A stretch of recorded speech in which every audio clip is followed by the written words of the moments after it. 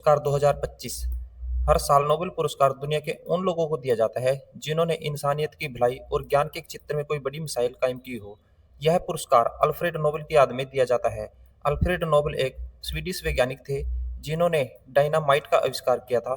सन 1896 में उनके निधन के 5 साल बाद यानी कि 1901 में इस पुरस्कार की शुरुआत की गई थी। इसके बाद हर साल इस पुरस्कार को दिया जाता है। कहते हैं नोबेल पुरस्कार कुल कितनी कैटेगरीज में दिया जाता है।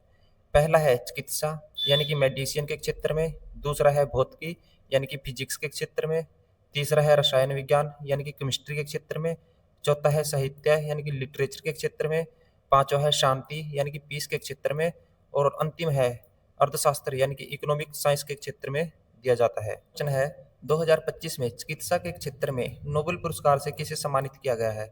इस वर्ष 2025 में चिकित्सा के क्षेत्र में 3 वैज्ञानिकों को सम्मानित किया गया है, जिसमें शामिल है मैरी ई ब्रूनको, फ्रेडल रामसडेल, सिमोन साकागुची। आइए इनकी कुछ उपलब्धि के बारे में जान लेते हैं। इन्होंने रेगुलेटरी टी सेल की खोज की जो इम्यून सिस्टम को अपने ही शरीर पर हमला करने से रोकती है।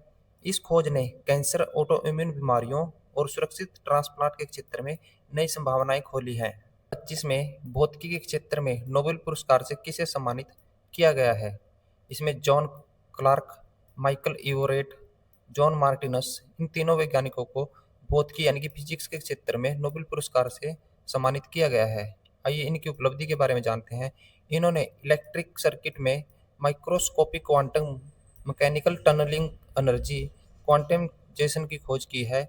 इस खोज ने क्वांटम कंप्यूटिंग और एडवांस्ड इलेक्ट्रॉनिक्स में नए अध्याय खोले हैं। 2025 में रसायन विज्ञान के क्षेत्र में नोबेल पुरस्कार से किसे सम्मानित किया गया है। इसमें सुसुम कितागावा, रिचर्ड रॉबसन और ओमर एम यांगी को रसायन विज्ञान के क्षेत्र में नोबेल पुरस्कार से सम्मानित किया गया है। इनकी उपलब्धि के बारे में जानते हैं। मेटल ऑर्गेनिक फ्रेमवर्क का विकास किया। अत्यधिक छिद्रयुक्त पदार्थ जो गैस भंडारण, कैटालिसिस और सतत ऊर्जा के क्षेत्र में क्रांतिकारी साबित हो रहे हैं। 2025 में साहित्य यानी कि लिटरेचर के क्षेत्र में नोबेल पुरस्कार से किसे सम्मानित किया गया है। इसमें लास्जलो क्रासनाज और कोई को सम्मानित किया गया है। आइए इसकी उपलब्धि के बारे में जानते हैं। साहित्य का सबसे बड़ा सम्मान इस बार हंगरी के लेखक लास्जलो क्रासनाहोरकोई को दिया गया है। इनकी कहानियां मानव जीवन में गहरे पहलुओं को उजागर करती हैं। 2025 में नोबेल शांति पुरस्कार से किसे सम्मानित किया गया है। नोबेल शांति पुरस्कार से मारिया कोरेना मचाडो को सम्मानित किया गया है। आइए इसकी उपलब्धि के बारे में जानते हैं।